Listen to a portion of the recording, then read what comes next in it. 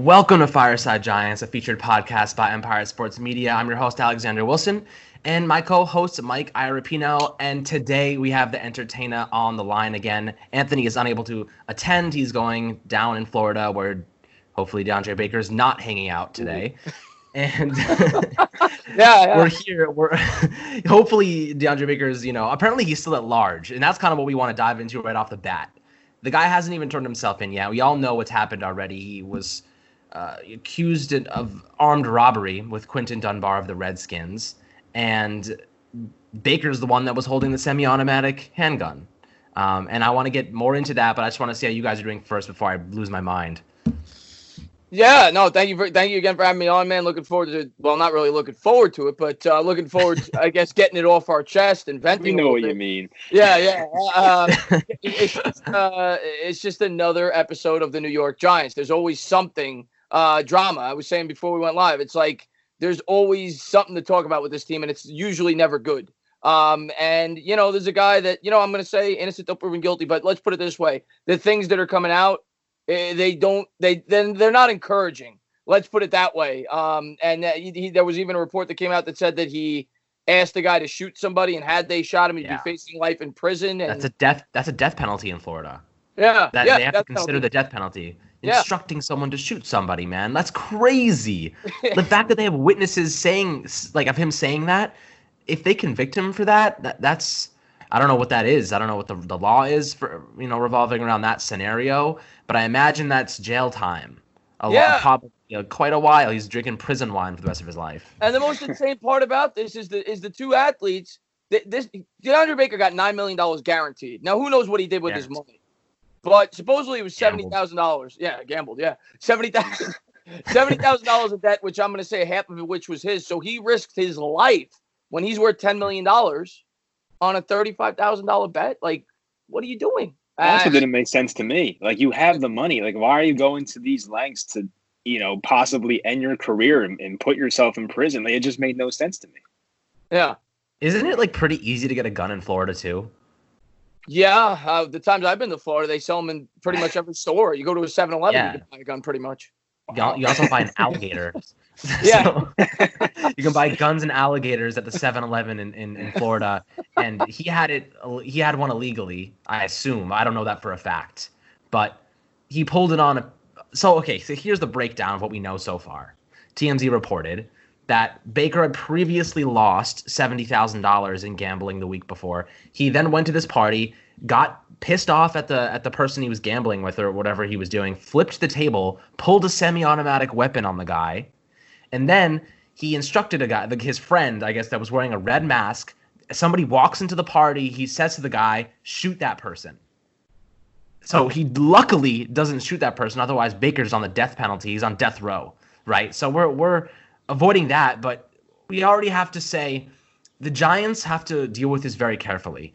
And we all know he's not on the team anymore. Like, it's just a matter of time before they cut him, but they have to do it very carefully because when the Patriots and the whole Aaron Hernandez thing went down, they ended up cutting him before he was convicted, and that's how they ended up having to pay him all that money anyway. So if the Giants wait until he's convicted, all of his guarantees are voided, and they can open up a ton of cap space to go out and maybe sign a veteran corner. So that's the logistics of the back end of why they should wait a little bit. But we all know that they're thinking, we don't want this guy on the team anymore. He won't be on the team.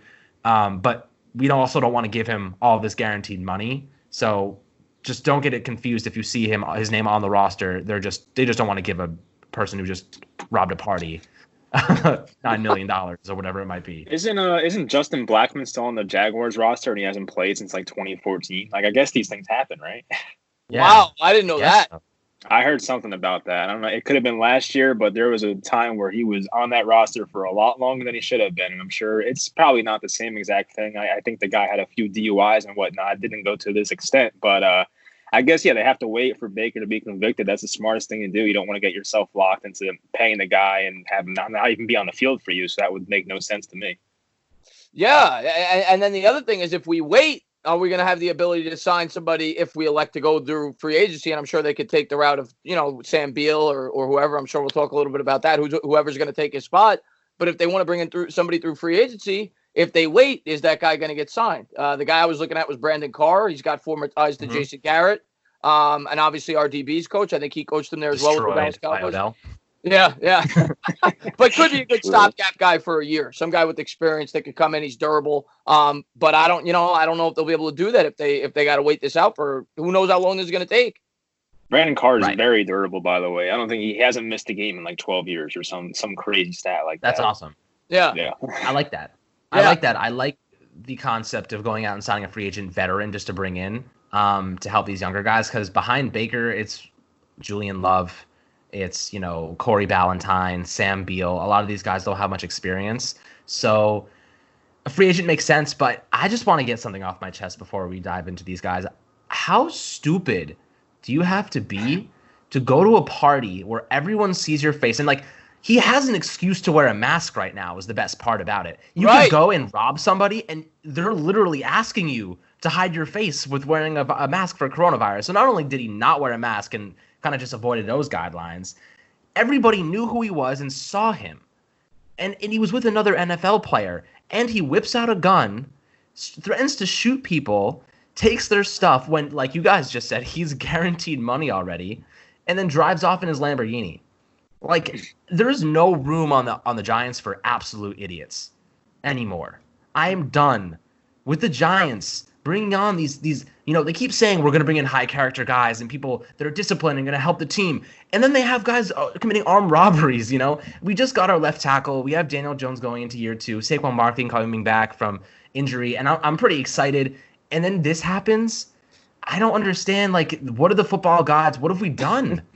What have we done to the football gods? Now the reports are coming out, and you knew it. And I don't try to be a Dave Gettleman apologist. I back him up when I think I need to. And I was fair today. I criticized him in terms of the red flags. I get that aspect of it because the red flags point to the fact of some of the things he did while he was a New York Giant. They said he wasn't, he wasn't diligent. He wasn't a smart guy. Didn't take things seriously. And that's what he did with the Giants this rookie year. Didn't care.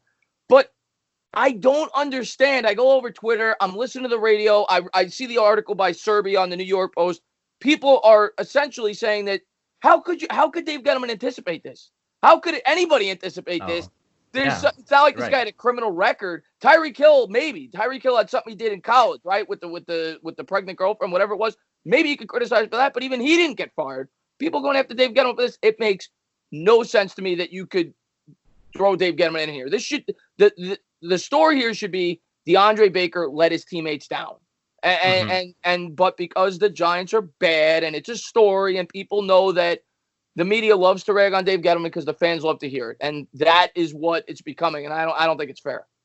Yeah, I would love to bash Gettleman. Of course, that, but I cannot blame him at all for this. He, this is a guy who did have his concerns with the cockiness and being lazy and not knowing the playbook, and that's all fair. You can criticize whoever picked him for that, but in terms of going to this extent and saying that this is his fault that.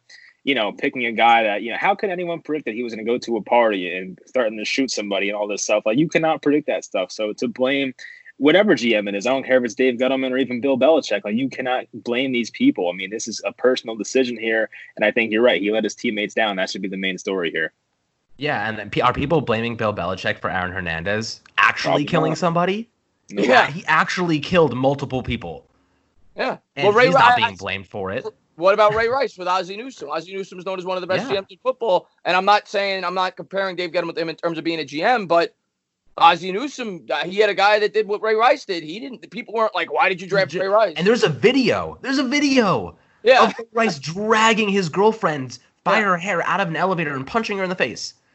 We have actual proof of that. And we've seen it. We don't even know if DeAndre Baker's thing is true yet, but we can assume it is based on all the witnesses and the fact that he was pretty much the key piece in this entire story. It wasn't like he was an accomplice. He was the one telling people to shoot people, whipping out handguns and whatever it might be. Stole, look at this, $18,000 Rolex watch, a $25,000 Hublot, and a pricey Audemars Piguet timepiece. I don't even know what that means. Yeah, I don't know what that is. I don't know what that is either. And then he stole $7,000 in cash. I don't understand. What is he going to go and pawn off this Rolex? What is the At the brain end of the day, as a professional athlete, you cannot put yourself in that situation. You just can't do it. And some people say it doesn't add up, but what I'll say to that is all these things don't add up. Aaron Hernandez didn't add up. You go watch that documentary. None of that added up, but it happened. And just because it doesn't add up doesn't mean it won't happen. Obviously, you have the whole history with the concussions in the NFL. Maybe that has something to do with it. Maybe these guys act crazy because of it. But regardless, we'll see how it plays out. But I just want to get off my chest because I think it's unfair what the media once again is doing to Gettleman. And like I said, the story should be the same story it was when Plaxico Burress shot himself. You know, I misspoke today on Twitter when I said it was Reese that drafted him. Reese did not draft him. He was on the staff. Of course he drafted him. But the story when he shot himself wasn't, let's blame Accorsi. No, it was that the guy shot himself and he ruined the New York Giants season. It should be about DeAndre Baker letting his teammates down. I agree. And I think Quentin Dunbar, who's actually on the Seattle Seahawks right now, is going to get away with a lot less than Baker is. He was pretty much an accomplice. He actually helped him take some of the watches. And ironically, the same day, a few hours prior, he posted a video saying, like, it's about how you hold yourself. And, you know, I try to be the best example and blah, blah, blah, blah, blah. I'm like, that's funny. You just robbed thousands of dollars worth of merchandise from people at a party with your best bud, DeAndre Baker, who's wielding a freaking semi-automatic weapon. I don't understand. Like, how stupid do you have to be to post something like that? That's going to make him look really bad. But I think Baker's going to catch the most out of this one. And if I'm the Giants, even if somehow he gets out of this, the Giants, he'll end up on the Cowboys or something and have a great career. But the Giants will have to, you know, get out of this situation and make sure that they avoid this. It's funny because yesterday I tweeted out, I was like, watch, tomorrow the Giants are going to be posting all this, like, you know, Saquon Barkley is going to say, oh, yeah, we're going to have such a great season. They're going to try and calm all of our nerves. And they've already started posting, like, some fun, you know, offensive, like, what should we be expecting next year? And I'm like, guys, like, one of your players is trying to shoot a whole party up. Like, maybe this is something, you know, we should talk about for a second. Like, maybe they said they're aware of it, and I get they don't want to, you know, they don't want to say anything prematurely. But I am absolutely blown away. Like, one thing after another, we can't get out of this bad culture. And I feel bad for James Bradberry, really, who just signed this three-year contract. He's like, well, I'm coming into this rebuilding team, or right around the corner from being successful, and now my counterpart just is gone. He's pretty much done from the NFL for the rest of his career. His life is over. You know, that's a pretty tough situation to deal with if you're a free agent that just signed with the Giants. And, you know, where do you go from here? Like, Mike, where do you think the Giants go from here with that position? Are they going free agency? Or are they going, you know, to look at the roster? Well, Dave Gettleman's a guy that definitely, as I mentioned in our last podcast, is not afraid to bring in some veteran free agents, and especially cornerbacks. I talked about Charles Tillman on the Panthers, Cortland Finnegan. He tried to bring in William Gay from the Steelers here. So there's a lot of veteran guys out there still, and I just think it'd be a little, like, it would just not be the right thing to do to go into the season with just James Bradberry and all these young guys. Like, you don't know what you're going to get out of Julian Love, and you don't know what you're going to get out of Ballantyne and even Darnay Holmes, all those guys. There's a lot of veterans out there. I mean, we brought up Brandon Carr, Tremont Williams from the Packers, Drake Kirkpatrick, who kind of reminds me of Janoris Jenkins, actually, Tremaine Brock, and Aqib Talib, even Ross Cockrell, all those guys. I plan on doing a future video about all of them, but there are still names out there that are still pretty good players. They're not going to turn your entire defense around, but most of these guys are reliable, have good durability throughout their career, and I just think it would be a little immature for the Giants to go into next season with all these young guys and just James Bradberry and say, yeah, like, you know, cornerback's a very important position in the NFL, by the way. Yeah. So it makes all the sense in the world to me to at least bring in one extra veteran free agent out there. Yeah, I think they have to if they're moving on for Baker. I like Beal. I hope he could turn into that guy. We were all rooting for him. He's had injury problems, though. That's the problem there. Love, he's more of a slot guy. Ballantyne got killed last year. Didn't look like he was ready for the NFL. So you don't you can't definitively say going in, you know, you've got that number 2 corner. And for a defense that's going to want to blitz as much as Patrick Graham does, you're going to need guys that can cover on the outside. You're going to be asking your corners to man coverage. So you want a guy like Carr, you can bring him in my opinion. That's the guy I'd be looking at. I know people say Logan Ryan, but Logan Ryan's more of a slot guy. And he's a guy that people have said has kind of lost the step. Some people project him to be a guy that might alternate between the slot and the safety position, but I don't think he's a guy that's going to project to be a guy on the outside. So unless you think by putting him there, maybe you can move Love to the outside. I don't know. Beggars can't be choosers at this point, but I would look more for a guy on the outside. But I completely agree with Mike. You have to You got to bring in some kind of veteran presence here. You can't go into the year, especially with Sam Beal's injury history, trusting any of these guys to be the number 2 guy, at least without some competition. Can they even afford Logan Ryan? That's the thing. Like, he wants $10 million per year. He wants more. Giants. There's no way. I mean, can they even afford him? It's like, it can't happen. That's what I'm saying. Well, look, there's a reason. There's a reason the Titans let him go in the first place. And like you said, Chris, he is more of a slot guy. And we saw that last season with him, because if you look at his stats, he actually had like 4.5 sacks. Yep. And he gets into the backfield a lot, and you can't really do that if you're playing boundary corner. You have to be in the slot, closer to the line of scrimmage, or rather the quarterback. So he is more suitable for the interior slot nickel coverage kind of role. And we have Darnay Holmes there. There's no need to bring Logan Ryan on a $10 million contract of 1 year, whatever it might be, to compete. So I like the idea of Brandon Carr. He's durable and he's experienced. With Bradbury, I think that they should go to the free agent, market to see what is available. At the same time, I do like Beal as well. Beal is a good corner that we saw during the preseason kind of show some potential, but his coverage stats are brutal. If you saw, his completion percentage last year, I think it was like 75%, something around there, which is really bad for a cornerback. I still think Julian Love can compete at the cornerback 2 position. I think Beal will be competing. I think Ballantyne will still be there with a year under his belt. But it really comes down to Beal staying healthy, because he only played in 6 games last year, and that was his first year actually playing any live action. So I don't know, man. The Giants are facing a pretty bad situation right now. There's a reason all these free agent guys are still on the market. There's a reason they're still available. So we have to look at it and say, can we actually expect these guys to come in and fill the role admirably and with quality? Maybe not. Yeah, and it's really unfortunate it happened when it did. Had this happened, obviously it's unfortunate, period. But had it happened before free agency or before the draft, maybe the Giants spend an earlier draft pick on a guy that could play on the outside at the cornerback position, or maybe they sign an additional cornerback with Bradbury. So, yeah, you're right. You're kind of getting the guys that other people don't want. The reason these guys are available are either because they have injury history, because they're asking for more money than what they're worth, or because they're older guys like Carr. So you're not going to get the pick of the litter, but it is what it is. We got to make the best out of it. The one thing I'll say, I'm not going to be doom and gloom with this. DeAndre Baker, he was a guy I had higher expectations for. He's a guy that I thought was an X factor for this defense. If he could step up, 2019. Yeah, he did. If he could step up and become the player that we thought he could be. But at the end of the day, it's next man up. It's not like we lost Daniel Jones. It's not like we lost Saquon Barkley. We lost a guy who I think is replaceable. He's a guy that we thought had some high upside. But a guy like Sam Beal, like I mentioned, he's a guy with some high upside. He was bad last year, but the guy at a first-round draft grade. We give up a third-round pick to bring this guy in. Maybe he's a guy that, given the opportunity, does step up. Or, maybe we bring in a guy to hold the stopgap. But I'm not going to go into the year saying, my expectations are so much lower because we lost DeAndre Baker. That's the funny part, because when I was doing mock draft videos and such, I had the Giants going cornerback in like the 2nd and 3rd round. I think I did 3 mock drafts. I probably had the Giants going cornerback 2nd and 3rd round a couple of times. And people were commenting, oh, we don't need another corner, blah, blah, blah. And then one guy goes down, and what do you know? The Giants are once again thin at cornerback. And I always go by that saying, you can never have too many corners. So, why not try and take an extra shot in the draft? I know you want to take the best player available, and I think the Giants did a great job of that in this draft, so I'm very satisfied. But that's what I'm saying. One guy goes down, let's say, God forbid, it was Bradbury instead. If he goes down, then what do you know? Who's going to play the second cornerback spot?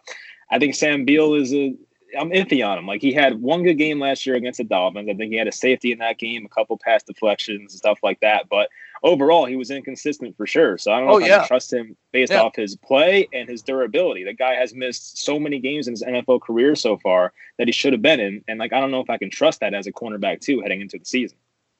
I agree. I agree. The thing is, I didn't trust Baker either. So, True. That's exactly it. The problem with Baker, and, I'm trying to think of this in a positive light. Chris, you kind of said it.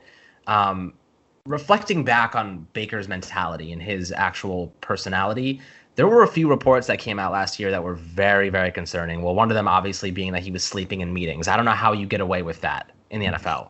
How do you fall asleep in a meeting is that's unbelievable. For a professional athlete making millions of dollars, you have to have some pride, for your game, for your team, the team that took a shot on you, traded up to get you.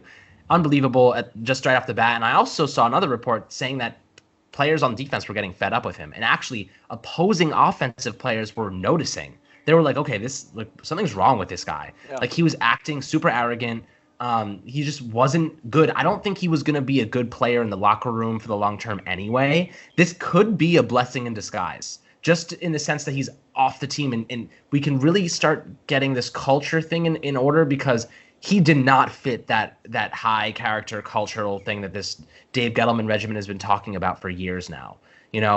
We started to move in the right direction, and a guy like Baker clearly was having some issues, and he was causing problems behind the scenes. And getting him off the team might have been a good thing for the players around him. So I don't know. No, the other thing I wanted to point out that came out that I saw yesterday, my subscribers pointed out to me during the live stream, I don't think he was going to be on this team long term anyway. Reports came out that he wasn't even at the virtual meetings. And he was one of the players that stood out that wasn't there. This is a guy who is, and I know it's voluntary, but this is a guy who, like you said, fell asleep in meetings. Joe Judge knows that coming in.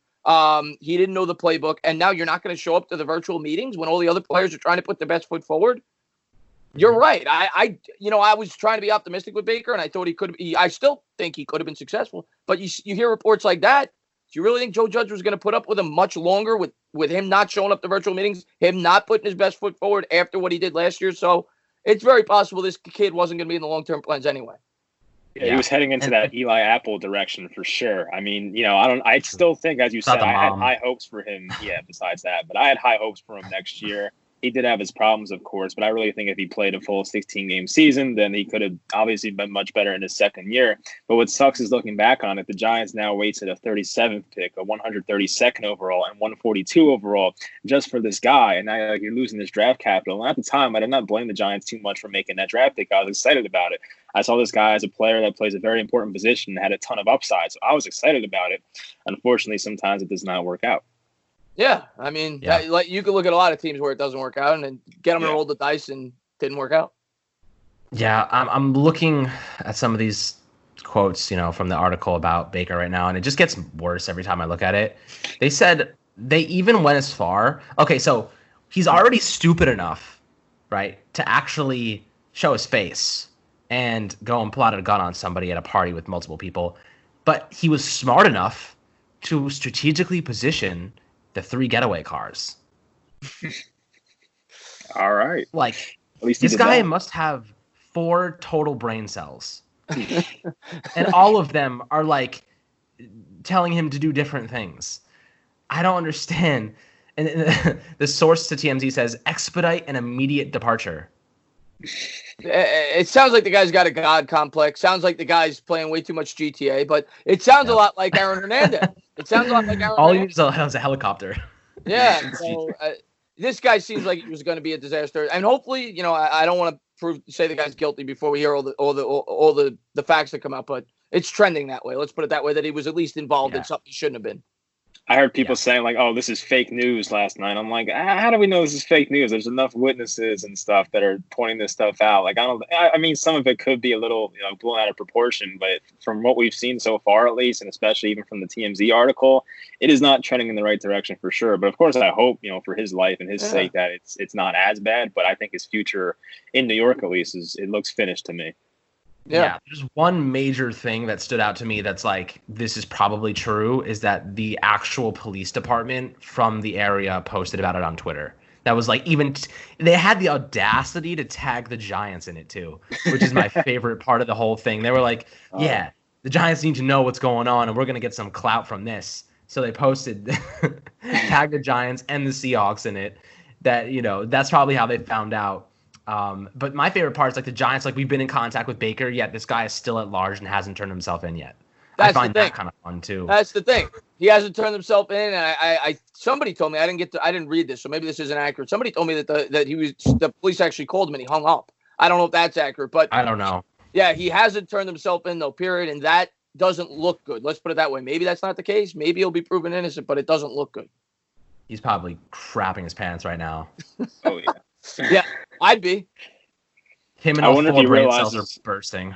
You think he realizes right now this was a giant mistake and he probably shouldn't have done it? Like, I wonder what's going through his mind right now, because he just had like that cocky attitude where he probably thought that he can get away with anything. And like now you've come to realization that like, oh crap, I might be going to jail for a long time. So I wonder what's going through his mind. That'd be an interesting interview right now. We should get DeAndre Baker on here later. Yeah, I don't know if I'd want to be on the phone with him at the moment. Yeah. I just feel like if I was him and I was in Florida, I would just pull out the old, like, let's just do it like Western cowboy style. You know, your best cop versus me. Whoever dies, you know, that's it. You know, if I win, I walk away free. Yeah. I feel like that kind of stuff goes down in Florida. Like they're crazy down there. They're crazy down there. They're like, I don't understand most of what happens down there, actually. So It's ironic that they have such loose, at least to my knowledge, have like loose gun restrictions, but they have such strict penalties. You know, Yeah. It's kind of ironic that they're like, oh yeah, you can have whatever you want, you can carry whatever you want, but if you do it, you're going to jail for life. So that's what it sounds like is happening here, because they're already saying it's a minimum of a 10-year sentence. And not to say that I'm not saying he shouldn't get life if the guy would have shot the person because he told him to shoot him, but it doesn't seem like he would have gotten that if it was in New York for something like that. if he was in New York, he wouldn't have a gun in the first place. That's true. So I don't know. He's from Florida though, I believe. So he's probably has friends down there, you know, has connections or whatever it might be. It's I don't think he grew up in the best neighborhood either. I think that was a big thing in Georgia. One of the things that I saw, one of the really big red flags was that none of the Georgia staff advocated for him. You know, like they were all very hesitant to be like, yeah, this guy is super high character. You know, from Penn State when Saquon Barkley's coming, they're like, this guy's the best person you're ever going to meet in your life. Right. Even Saquon Darnay Holmes, they were Barkley's saying the come same thing. Exactly. Darnay Holmes. I mean, the guy slept at the UCLA facility so he could give his mom his bed. Like, that's the kind of thing I want to hear about. Not you know, just in terms of how good of a person he is. Right. You know, obviously that's a terrible situation for him to deal with. But Baker just, and if you look back at his pictures on Twitter, he's like, I'm going to make it big one day. I'm going to get out the hood, whatever it might be. You know, I'm happy he got out, but this is what you're going to do with all this fame and this fortune. Just throw it away. Like, oh my God. Like, and my thing is that Dave Gettleman, there's no way he spoke to Baker and previously knowing that he was not a good interviewer. This is a very, very general thing. Everybody knew Baker was not a good interviewer.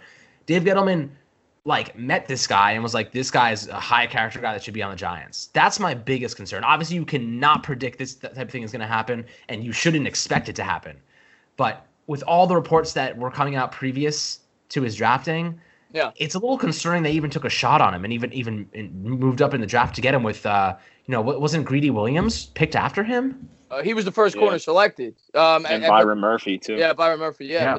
But that's to me the knock on Gettleman, and that's where I could be like, all right, I could at least see that perspective, is Gettleman's kind of in the face, him and Mara, just the Giants in general, of trying to clean up the locker room culture. And this guy, like you said, I didn't even know half the things until after this came out, and then obviously they're pointing all the red flags, had known red flags before he was drafted. Not only did they draft him, they traded up to get him. And that is where I think the criticism has at least some merit to it. In terms of the what happened here, no, but I could see that perspective, being that he's supposed to be this culture guy who went out of his way to get rid of Beckham. He went out of his way to get rid of Janoris Jenkins, Eli Apple, all these guys that he thought were ruining the culture. And then he goes out and trades to acquire a guy that wasn't known as the best culture guy at Georgia. That's weird. He probably assumed, though. Yeah. You know, he probably assumed that if he had a bunch of really good guys and one bad guy, they could help, you know, make him a good guy. Yeah, that's what I was going to say, kind of. He doesn't fit the mold for players they've taken recently. You look at Barkley's personality, Will Hernandez's personality, Daniel Jones, Dexter Lawrence. He does not fit in that mold of being a high-character guy.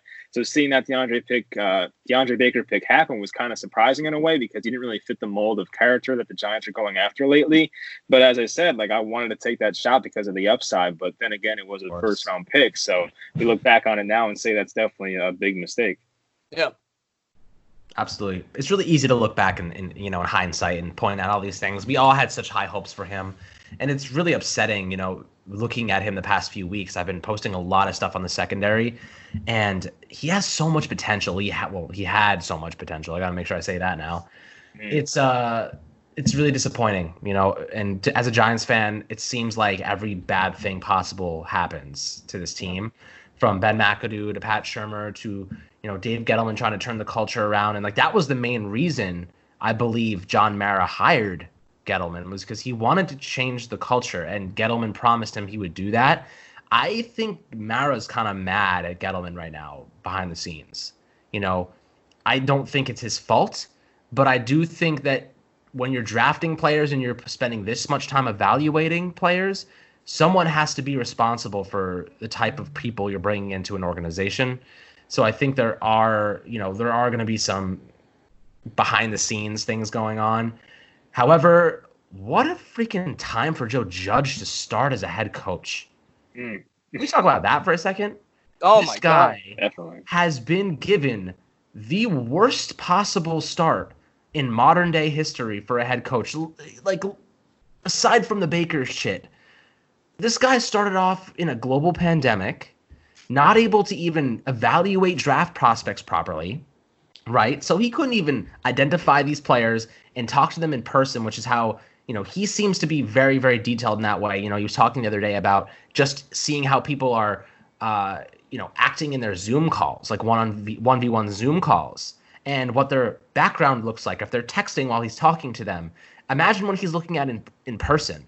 A player like Baker is never going to be on the Giants if Joe Judge has a say in it, in my personal opinion, because it seems like he values these high character guys a lot more, and he actually looks at those personality traits to build that, responsible and just disciplined mindset in his players and in his foundation on the team. But let alone from the draft picks, he can't even speak to his own roster players for the next few weeks in person and train with them.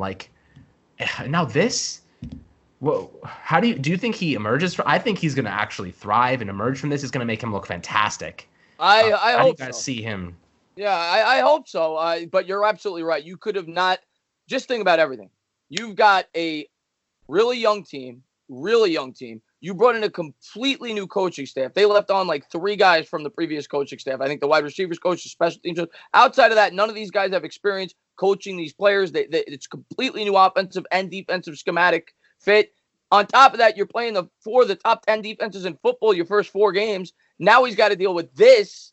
And the media in New York is going to blow everything. And it's in New York. Everything. That's another thing we got to factor in. It's in New York. If this was in Jacksonville, this isn't near the story. Care. Yeah, it's a story for a day, and then people are like, all right, let's talk about NASCAR. But this is New York, where it's they're gonna blow this up, and Dave Gettleman's gonna be a target. Joe Judge is gonna have to deal with that, and it is as challenging of a rookie year as you could ask for a head coach.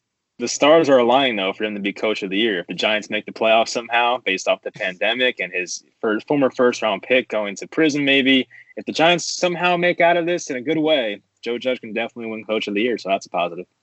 That's a good way to look at it. I like it, Mike. For the Giants to make the playoffs this year, they're going to need DeAndre Baker and his weapon on the field. Somebody in my live stream last night was joking that DeAndre Baker was practicing social distancing while he was a Giant because he was never covering anybody. Yeah. That's a good one. He was never within 6 feet. I like that. Receiver. Yeah. In that soft zone like coverage stuff we love. Yeah. So, I really just wanted to get something out about this and kind of talk about it and review everything that we knew and I've been hearing. So, we'll continue to update everybody. I kind of wanted to make this, shorter today just so you guys can hear what we're hearing and just listen to us rant about it and vent, because I had a lot of pent-up energy that needed to be released. But I want to give you guys just the last hurrah and where do you think this team goes from here? Do you think we emerge from this in the golden age, like ancient Rome, or do you think we were going to crumble in 2020? I'll start. I have the same mindset with this team as I had going in. I still like the future of this team, but I'm not going to go in with unrealistic expectations this year, because if you do that, you're setting the team up for failure. And I worry that ownership's doing that. You're hearing Mara saying we better get better, things like that. we got to recognize there's a rebuild. This is year 2. Teams don't get rebuilt in 1 year. Now I'm hoping we do. I'm hoping we make the playoffs just like any other fan. I'm also recognizing all the factors, the new system, everything else, the pandemic, the hard schedule, everything. But I do think we'll see progression. I'm sticking with that. DeAndre Baker is not going to change my opinion on that. I think we're headed down the right path. I'll continue to preach that as long as I feel like we are. And I do think we're rebuilding the right way. I love the way we drafted. We're young. We're emerging. We're getting better. We have a cleared up cap situation for the next 3 or 4 years. And there's no reason to think this team can't be really good in 2021 and in the future. But it's going to take time. But I'm not going to let this change my opinion on that. Yeah, I mostly agree. I do think this team at some point, whenever they can, based off when the Baker stuff clears up, they'll probably get a veteran cornerback, as I said. Very tough schedule, as we went over, I think, a week and a half ago, during our show. Very tough schedule. So I'm not really expecting the playoffs right now. Of course, that would be fantastic. But me being my realistic self, I would say probably not. Maybe wait 1 more year. But in the same time, I do think this team will grow in a very positive way this year for sure. We might not win games on the scoreboard. I think maybe Anthony was saying this at one point as well. They might not win games on the scoreboard, but if they show that, they can compete and play in these close games with these very elite teams, it leaves you very optimistic, going forward. So if these young guys can improve even more, which is what I think will happen, hopefully for at least most of them, I think the Giants are still in a pretty good spot. Yeah. Yeah. So, from my perspective, I'm looking at the 2020 season and I'm saying this is Joe Judge's time to shine. This is his opportunity to really drag us out of this bad atmosphere that we've been kind of sitting in for a while. I feel like we're in purgatory. And it's really it's up to him. I think he has the power, and they're going to be just devising a plan over the next few days to try to kind of steer the narrative where they want it to go. And if they've learned anything from the OBJ situations with all the stuff that came out in the media about him, and if we've learned anything about the John Brown situation from a few years ago, they should know how to deal with something like this at this point, right? We should assume that they can handle this. And I think Joe Judge has the discipline, and he knows how they did in New England and how they dealt with all of these really bad events. And I think they're going to emerge from it. I really do. I think it's going to be a setback on defense, but they're going to next man up. That's the Giants mentality. That's every team's mentality. You have to be able to just next man up every position if you need to. Look what the Eagles did with Nick Foles when went down a few years ago. You got to be prepared for things to happen in the NFL, whether it's personal life problems or injuries. So I think that they're in the right track still. This is just a setback. Hopefully this ends up getting a bad locker room person out of there, and we can move on into better times and not have this happen again. But with that being said, thank you all for listening. Leave your comments. If you're listening and watching on YouTube, we want to hear what you think about this. And if you're on iTunes or any other of the audio platforms, please leave us a review. We really appreciate it. And thank you so much to Chris for tuning in with us today to talk about the Baker situation and just kind of give our perspectives on it. I can't believe I actually have to do this right now. I was hoping this weekend would be exciting, but now I got to go drink my pain away. So here we are. I just want to say, again, I always love working with you guys. Looking forward to continue to do that whenever we can, collab about whatever, anything there's breaking news or just talk Giants in general. I think you guys got a great channel. I hope you keep up the great work and continue to build the Giants community. I look around. I never point out names. I'm not about drama on YouTube. I see a lot of YouTubers that try to stir up the pot and bash other people. I think it's much more positive that you guys look to build other YouTubers up. That's always been my mantra since I've been on YouTube, and I look to help out other members of the Giants community, and I think that you guys are doing a great job towards doing that. So keep doing what you're doing. I appreciate that, Chris. And Thank you. We love working with you as well, and building up each other's platforms and enjoying all of this Baker crap and other things together. At least it's nice to know that we have people to go through it with. It's if I was alone in this whole situation, covering the team every day like you are, it would be pretty sucky. But knowing that we can vent about this together makes it a little bit better. And for everyone that's tuning in, go follow Chris, obviously, on YouTube. He is one of the best out there and has some phenomenal content. So, thank you for coming on again, and we'll catch you guys next time.